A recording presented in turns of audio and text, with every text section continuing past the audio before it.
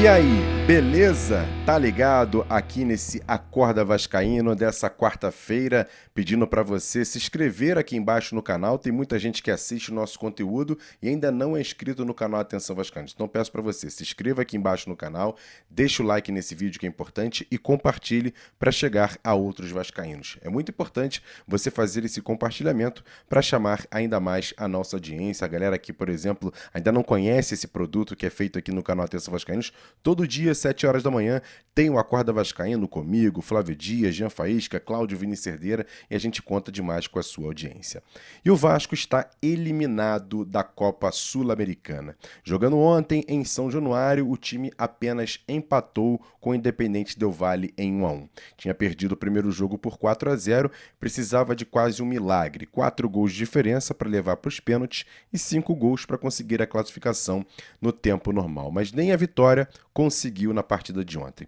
E olha, ao meu ver, relacionada a campo e bola, acho até que o Vasco não fez uma partida tão ruim assim. Lógico, no segundo tempo ficou perdido, até porque a equipe do Independente Del Valle saiu na frente, com um gol ali com bobeira, mais uma vez do sistema defensivo do Vasco, do Paulo Henrique, do João Vitor, até mesmo acho que foi um pouco de falha do goleiro Léo Jardim, mas enfim, uma cabeçada ali praticamente na pequena área, só um desvio de cabeça e acabou sendo mais um gol de bola parada e de bola alçada na área do Vasco de cabeça, mais uma vez o sistema defensivo do Vasco falhando nessa situação. E aí o Independente Del Valle foi para o intervalo vencendo por 1-0, depois o Vasco tentou, buscou, fez algumas modificações e o Pablo Verratti mais uma vez num gol espírita de cabeça, um daqueles gols que só o Pablo Verratti sabe fazer, que ele pula para trás e faz a cabeçada no cantinho, empatou o jogo 1-1. O Vasco desperdiçou algumas oportunidades no primeiro tempo, com o próprio Verratti, com o Ryan, nem acho que foram oportunidades desperdiçadas. A do Verratti no primeiro tempo na cabeçada, o goleiro fez uma defesa espetacular. A do Ryan estava meio marcado, tentou bater cruzado, poderia ter dado uma cavadinha? Poderia, mas acho que estava muito em cima já o goleiro da equipe do Independente Del Valle, logicamente que, mas é um gol desperdiçado, uma oportunidade que o Vasco teve de abrir o marcador ainda quando a partida estava 0-0. Mas também essa atuação razoável para boa do Vasco, nesses minutos iniciais, nesse primeiro tempo, foi muito por conta do próprio adversário ter vindo com o pé um pouco no freio, com o freio de mão puxado, até porque tinha uma vantagem muito grande, 4 gols de diferença, seria muito difícil do Vasco conseguir recuperar o placar e se classificar. É claro, o Vasco perdeu essa classificação, pelo menos nos playoffs, na partida de ida, né? Com 10 minutos, estava até jogando bem, o Piton foi expulso, o Vasco foi com um jogador a menos, e aí o Independente Del Valle fez 1-0 no final do primeiro tempo e no comecinho do segundo tempo, mesmo com substituição, mesmo colocando mais um zagueiro, o Vasco tomou o segundo, tomou o terceiro e depois tomou o quarto gol. E na primeira partida, então, tudo foi definido naquele jogo lá em Quito. Lógico que o Vasco, por exemplo, não deveria nem estar no playoff. Um grupo fácil de se classificar com o Lanús, com o Independente, na verdade, com Porto Cabedelo e também o Melgar, o Vasco deveria se classificar na primeira colocação do grupo, o que não aconteceu. Partidas pífias, como o próprio Lanús em casa, empate em 0-0, a derrota para o Lanús por 1-0 e sem contar com os 3-3 do Melgar vencendo por 3-1 jogando fora de casa e também aquela derrota acachapante para o Porto Cabedelo por 4-1 jogando lá na Venezuela. Então o Vasco hoje praticamente se despediu da Copa Sul-Americana muito por conta do que fez na fase de grupos e depois no primeiro jogo dos playoffs. O que eu quero dizer aqui é o seguinte, analisando o Vasco para frente. Eu já venho batendo nessa tecla desde o jogo contra o Grêmio, eu acho que o Vasco na parte física deixa muito a desejar.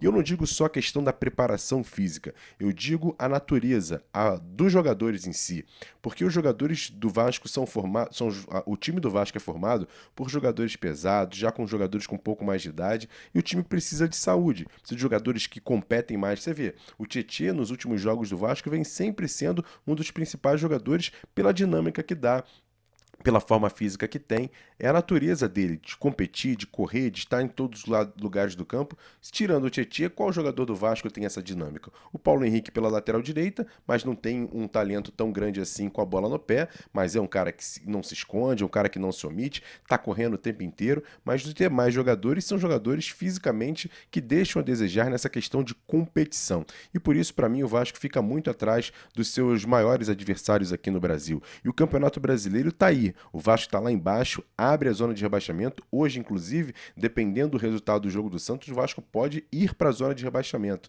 Então, assim, tem que ser feita já uma questão de análise dessa questão do elenco. Acho que o planejamento do futebol do Vasco desde o começo da temporada foi muito mal feito. O Vasco deveria ter utilizado o campeonato estadual para dar oportunidade para a molecada, para não chegar agora e eles serem solução. Porque foi o que eu perguntei ontem no pós-jogo. Se você parar para analisar, a base do Vasco tem que ser fechada, né? Porque mesmo os jogadores vencendo jogos, vencendo campeonatos, sub-17, sub-20, os jogadores do Vasco não são utilizados.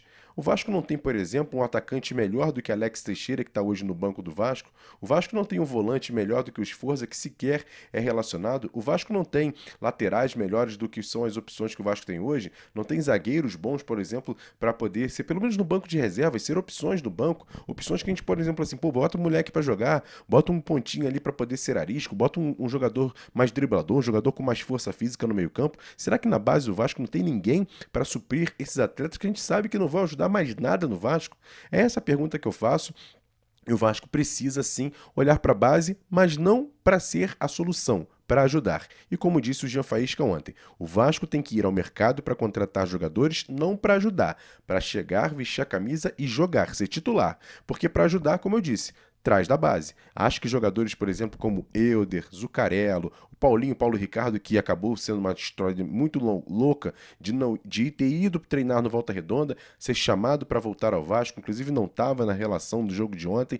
Enfim, são jogadores que possam ajudar bastante. Juninho, Léo Jacó, Ramon Rick, o próprio Luiz Gustavo, que também podia ser titular no jogo de ontem, o Lincoln zagueiro. Tem vários jogadores que possam ajudar, Avelar, lateral esquerdo. Tem alguns jogadores que possam sim já ajudar, pelo menos no banco, melhores do que as soluções que o Fernando Diniz também não está apostando. Se você parar para analisar, o Fernando Diniz faz poucas substituições e quando faz sempre no final do jogo. Então, se ele já não acredita nesses jogadores, deixa de canto, deixa de lado. Vamos botar a molecada pelo menos para ser a ajuda que podia ter no banco de reservas, ter um pouco mais de saúde. O Vasco precisa ter saúde para poder ter um time mais competitivo e, quem sabe, conseguir pontos importantes no Campeonato Brasileiro. Porque o Diniz tem que abrir o olho. Essa questão de rendimento não dá ponto na tabela. Campeonato Brasileiro, você precisa pontuar. Talvez jogando mal, mas pelo menos conseguindo uma vitória fora, uma vitória em casa, um empate aqui, um empate acolá. O Vasco precisa pontuar. São 4 jogos depois da Copa do Mundo. Todo mundo achou que aquele tempo todo de trabalho poderia ter um rendimento melhor do Vasco. Até teve em alguns momentos, mas praticamente o Vasco não teve muitos pontos. São 2 empates e 2 derrotas. 2 empates frustrantes. Contra o Grêmio, jogando em casa, e agora contra o Independente Del Valle, já que o Vasco precisava vencer e com muitos gols para conseguir a classificação. Penso assim, o Vasco tem que ir ao mercado, buscar jogadores prontos para chegar e jogar, e para ajudar, utilizar melhor a base do Vasco. Fica aqui o meu questionamento. E você? Concorda? Não concorda? Discorda? Comenta aqui embaixo, que a sua participação sempre é muito importante aqui no Acorda Vascaíno, também no canal Atenção Vascaínos. E te fazer um convite. Daqui a pouco, às 10 horas, estarei ao vivo no Bom Dia Gigante, contando demais com a sua participação. Claro, pedindo para você se inscrever aqui embaixo no canal, acionar o sininho das notificações, assim sempre que a gente subir uma live ou subir um vídeo, você vai ser informado. Vai ficar tranquilo, vai chegar a mensagem, você vai poder assistir com tranquilidade. E claro, deixe o like nesse vídeo.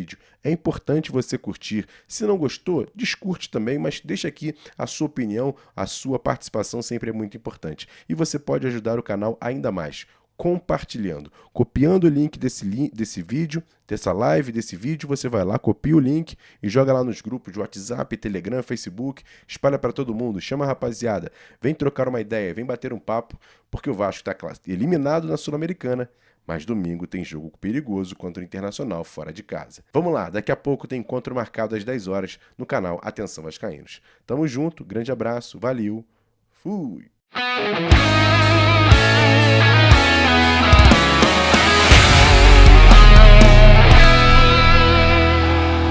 Para Roberto Dinamite, sozinho, atenção, vai enfiar, gol!